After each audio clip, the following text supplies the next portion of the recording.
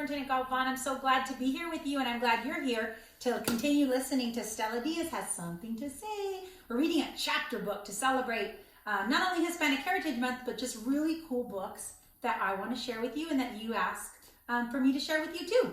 So thank you for being here. We are ready to read it. So gracias Comunidad de Greenfield por estar aquí con nosotros. Soy Superintendente Galvan del Distrito Escolar de Greenfield leyendo otra historia con ustedes y estamos con el libro de capítulos y este se llama Stella Díaz, tiene algo que decir. Y ayer cuando leímos los capítulos 2 y 3, hay un nuevo amigo que va a llegar a las clases y Stella quiere conocerla. A ver quién es y vamos a leer el capítulo 4 para saber. So yesterday when we were together, we read about chapters 2 and 3, and there's a new kid coming to Stella's class that she hopes is going to be her best friend. So let's see what happens in chapter 4. Who is it? Who shows up? And is it going to be her best friend? Let's check it out. Chapter 4. Miss Morales is standing at the front door of the library to greet us one by one when we arrive for today's library visit. She's wearing her long pearls, like these, and a bright orange sweater, not like this. And on her left arm, she's holding her stuffed goose named Lucy, which everyone gets to honk when they leave the library. Hola, Stella, Mrs. Morales says. Buenos dias, Mrs. Morales, I say quietly, but I kind of squeal inside. Miss Morales has been our librarian since I was in kindergarten. The best thing about Miss Morales, apart from the fact that she speaks Spanish, is that she is so smart and loves sharing books with us. As the beginning of the year, when I started getting interested in fishes, she's the one who showed me all about the books of Jacques Cousteau, and he was a famous ocean explorer, and now I love to read all about him. Welcome, Miss Bell's class, she announces, as soon as we are all sitting in front of the computer. Miss Morales is full of spunk and a little different from your usual librarian. I think most librarians don't have purple streaks in their hair. Or does your librarian have purple streaks in her hair? I don't know. Instead of saying hello back, we wave our hands in the air, and Miss Morales says proper library etiquette calls for no loud voices, boys and girls. Miss Morales waves back and continues, I hear you are all finding books for your silent sustained reading time. Now you remember how to use the catalog, right? Just find the Dewey Decimal System, write it down that number, and look for the book on a shelf. If you have any questions, I am here for you.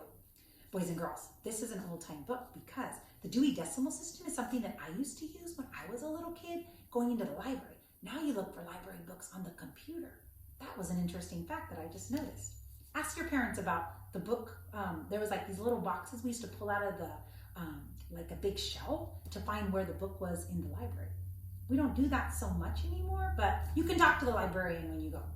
Okay, the Dewey Decimal System is how we find books organized in the library.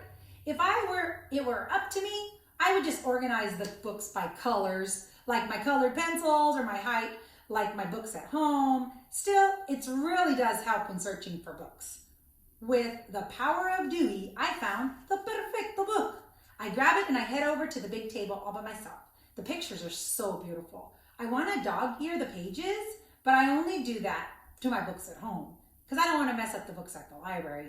Miss Bell comes up to me, she crouches down, and she says in a quiet voice, What book are you reading, Stella? Oh, this book is What Lives in the Ocean by Tanya Mickelson, I say quietly. Sounds positively fascinating, she said. It is. Did you know that an octopus doesn't have any bones and has 3 hearts? I have to draw it later. It just sounds too cool looking.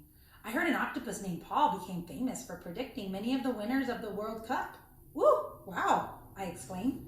Miss Bell chuckles. She lifts her finger to her mouth. When I get excited, I speak louder than I'm supposed to. I do too. Do you? I bet you do.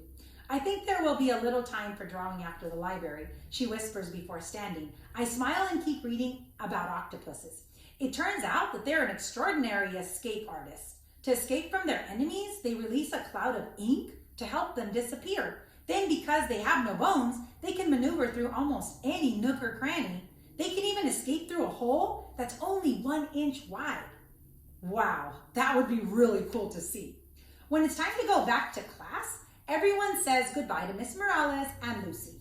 Adios, Miss Morales and Lucy, I say as I give them the stuffed goose, a little squeak. I have to admit, even though I'm in 3rd grade and too old for this, it still is sort of fun to make things squeak. Lucy honks and Miss Morales and I both smile.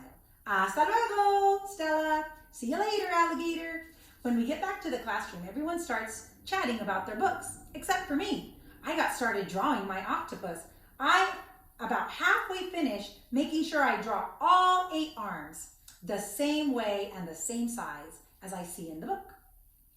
I hear Ben Shaw say to Chris Polar, "It must be the new kid.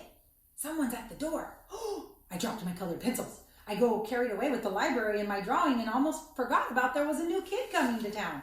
Then I see who's standing next to Miss Green. It's a boy. And he has light brown hair, a frown, a little bit, and that's very different from what I've imagined. "Class," Miss Bell says, "this is our new student. Do you want to introduce yourself to the class?" The new boy waves at everyone. "Hi, howdy. My name is Stanley Mason. I just moved here from Dallas, Texas, or Texas en Español." Miss Bell says, "Texas? That's so far away from here. Has anyone been to Texas?" A few kids raised their hand, and I actually was in Texas last year on our family road trip. We went to see the Alamo, and we even went to a cave where I took a picture with the dinosaur sculpture, just like this one. But I'm always too shy to speak up in class, so I didn't say anything. Plus, the Alamo isn't in Dallas, it's in San Antonio, Texas. Stanley probably hasn't seen it. Still, even if I weren't shy, I would be able to talk right now.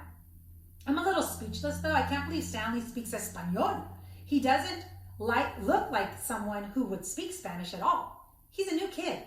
The new kid I imagine had dark brown hair like me and more light hair too, and she was a girl. Miss Bell says, "Now class, let's have everyone quickly introduce themselves to Stanley." One by one, people stand up and they say hello to him. And I want to make a new friend so badly. Even if he is a boy, I don't care. So what if I'm not at all the girl I had pictured in my head? Oh well. He speaks Spanish like me, and more importantly, he's new. He could use a friend, and just as much as I could. When it's my turn to stand up, I feel myself turning red. I freeze. I just read that some octopuses can paralyze their prey. Maybe Stanley is part octopus? I don't know. Probably not though. He looks like a normal boy with freckles, blue eyes, and a really cool monkey shirt. I catch myself staring at him for a second. Me llamo Stella, I say while looking away. Sorry, my name is Stella.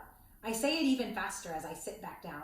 I'm about to groan out of embarrassment when I feel my chair start to tilt backwards. My eyes grow really big like an elephant and everything slows down. I try to reach out to grab my desk, but it's too late. I lean back and crash. Before I know it, my feet are sticking straight up in the air. My back is on the ground. I've fallen out of my chair. And Stanley and everyone saw me. I close my eyes as I hear the entire class start to laugh. I check my arms and my legs. Nothing hurts. I think about something to say, but decide to just crawl up. I poke my eyes above the desk, like this. "Are you okay, Stella?" Miss Bell asks. "Yes," I whisper. I look at Stanley. He looks like he wants to laugh, but he holds it in. There goes my new friend, I think. Who would want a klutz for a best friend? I pull my chair back up and I sit down. On top of it, I can't believe I spoke Spanish instead of English. Double embarrassing. I stare at my drawing and I think about escaping through a tiny little hole like an octopus does. Or maybe just disappearing into a cloud of ink like an octopus does. Today, I really wish I was an octopus. So tomorrow we will read chapter 5 and see what happens. So he's a boy. He speaks Spanish. What do you think? I wonder if Stella and Stanley are going to be best friends. I wonder. We'll find out tomorrow night when we get to read chapter 5. So thank you, boys and girls, for being with me tonight. I wish you really great, sweet dreams. And I am going to continue to read to you this really cool book. So join us tomorrow, okay? I am Superintendent Go on with the Greenfield Union School District, sending a great big bear hug from our family to you.